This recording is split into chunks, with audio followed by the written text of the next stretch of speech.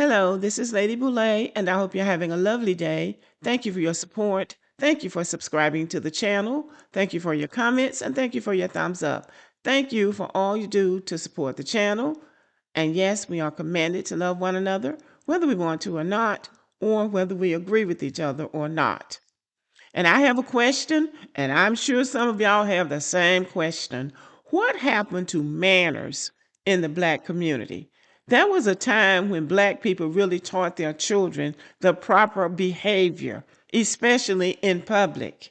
So you got punished at home so you would know how to behave when you went out in public so that you didn't bring any shame on the family.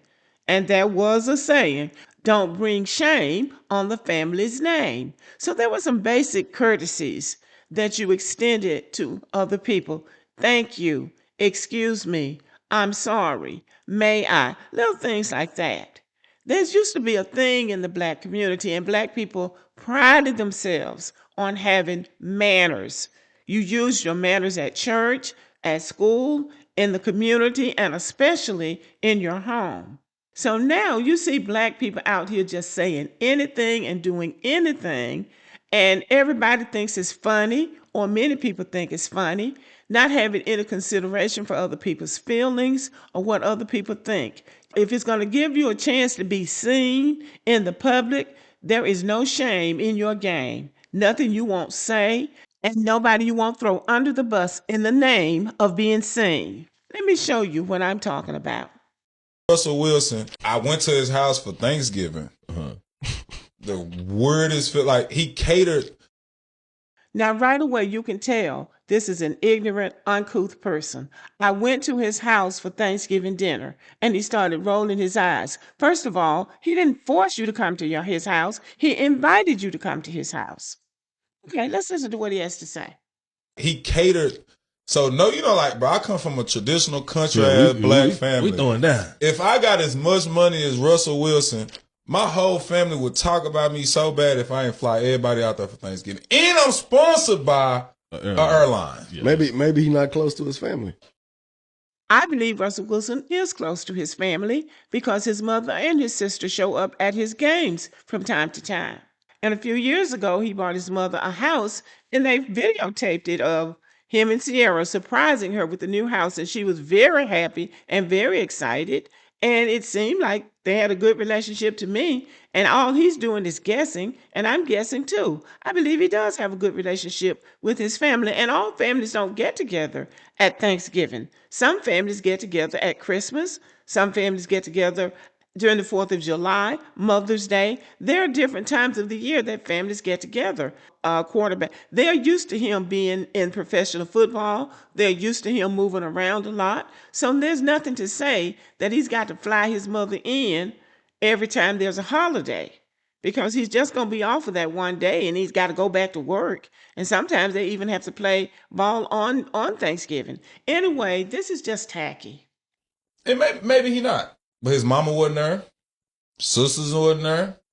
You know what I'm saying? Like, and even though, like, it still weird to me. I'm just still, even if you don't fool with your family, like, it still weird to me on Thanksgiving. My family gonna do the food. This is what we gonna do. If you the one with the money, we coming to your house. You know what I'm saying? Like, let me that part. That's what we gonna do. So yeah. to get over there and catch Russell Wilson, like, him, is literally him, Sierra Daddy, me, Noonie, Baby Future, the chef, and 2 nannies. Well, the better question would be, why wasn't he at home with his family? So the better question would be, since he has such a strong traditional family, and by the way, they might have a great Thanksgiving tradition, but they sure as hell didn't teach him any manners. So why wasn't he at home with his family since they have such a great Thanksgiving tradition? Why wasn't he at home with his family? Why was he at somebody else's house for Thanksgiving? Somebody that had invited him, by the way. I question the manners that were taught in those big gatherings and how well they got along because he sure as hell doesn't have any manners. In Three Dogs. And Baby Future at that time was bad as hell. Hey, Baby Future, what you think? You know, everybody going around the room saying what they thankful for and shit. Like, Baby Future, what you thankful for? Oh, just thankful for. I think he said something like, I mean, he was a kid though. You know what I'm saying? Yeah. Like, he was a kid. I think he a lot better than that. But at that time, like, and listen to those Negroes in the background. Listen to those Negroes in the background laughing. Listen to those Negroes in the background laughing. Now, you translate this into black men being stopped by the police, and the next thing they got their ass beat or they might be dead. Translate that into black men having the lowest graduation rates. All of this stuff is mixed in together. This is a person who doesn't listen, who has no respect for other people, let something happen to him and see if it won't be somebody else's fault. But here he is sitting up here talking shit about somebody who had the decency to invite him to his home for Thanksgiving dinner, and he repays it by sitting up on a podcast and gossiping about the family. Now just let that sink in. This is about as tacky as it gets for me. Now these are black men, and when I tell you that black men don't like each other, you're looking at one of the reasons. He was a kid though, you know what I'm saying? Yeah. Like, he was a kid. I think he a lot better than that, but at that time, like, bro was just, you knew, like, I think he understood it, like, he knew he was just spoiled, just bad. You feel me? Like, who his daddy was, who his mama was, who he hanging around, like, he started to understand. And so in that case, like, but then I leave Russ' crib, go to Earl Thomas' crib. Earl, that's he's more family oriented because you met me there. I was home when I stepped off at Earl crib. You understand me? Good food. Like, we in there. Shout out Earl, Area 29, bro. Shout out. I know you got the restaurant down there in Seattle, and it might be one in Austin too.